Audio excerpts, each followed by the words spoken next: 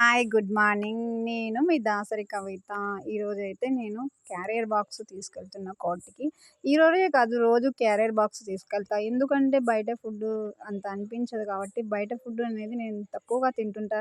ఎక్కువ ఇంట్లోనే prefer చేస్తుంటాననమాట. So, ఈరోజైతే చిత్రాన్నం, తర్వాత ఉగ్గాననమాట.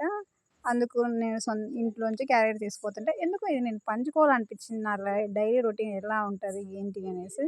సో, చిన్నప్పుడు బాక్స్ తీసుకెళ్తుంటిమి స్కూల్‌కి. అలా ఇప్పుడు కోర్ట్‌కి తీసుకెళ్తుంటే అలా అనిపిస్తుందనమాట, స్కూల్‌కెళ్ళినట్టు. సో, అదే అనమాట. నేను ఇంటి దగ్గర నుంచి బయలుదేరినప్పుడు ఈ బ్లాగ్ తీశాను. ఎందుకంటే నేను ప్రతిదీ మీతో షేర్ చేసుకుంటుంటా కాబట్టి, నాకు ప్రతిదీ మీతోనే షేర్ చేసుకోవాలనిపిస్తుంది. సో, మీతో తప్ప నేను ఎవరితో షేర్ చేసుకోగలను చెప్పండి? మీ అందరితోను.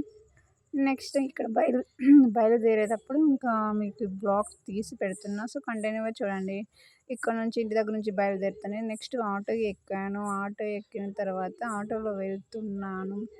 కోటికి బయలుదేరాను. మా ఊరు నుంచి బస్సులు నిలబడవు కాబట్టి ఆటోకే వెళ్ళాలి.